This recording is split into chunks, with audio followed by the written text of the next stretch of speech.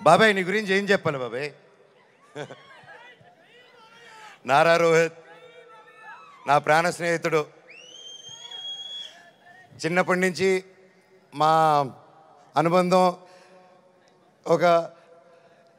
ఒక ఫ్యామిలీగాను ఒక ఫ్రెండ్గాను అలా మా లైఫ్ అలా కొనసాగుతుంది. అలాగే ఒక ముఖ్యమైన విషయం ఏంటంటే 2016లో 2016లో ఒక్కడు మిగిలాడని సినిమా తీశాను.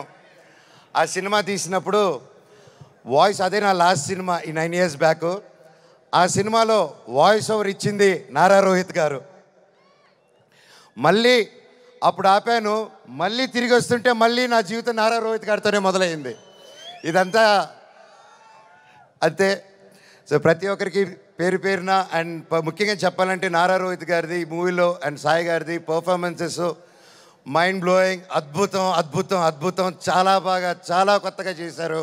అండ్ ఐమ్ షూర్ అందరికీ ఈ సినిమా ఒక గొప్ప మైల్ స్టోన్ అవుతుందని నమ్ముతున్నాను. అలాగే అదితి శంకర్ గారు, ఆనంది గారు, దివ్యా పిల్లయ్య గారు అండ్ అజయ్ గారు, సందీప్ గారు, ఇలాగ ప్రతి ఒక్కరు, అజయ్ బాబాయ్ thank you so much. And ముఖ్యంగా అజయ్ కూడా నాకు వెరీ క్లోజ్. అండ్ కట్అవుట్ మాత్రమే 8 అడుగులు ఉంటాడు కానీ మనసు వెన్న పూస.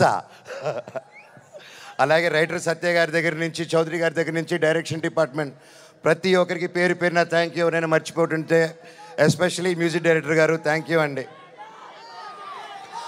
ఆఖరికి ఇది వద్దు అనుకుంటున్నాను, కాకపోతే ఇంతమంది చూశాక నాకు చెప్పాల్సిన బాధ్యత అనుకుంటున్నాను.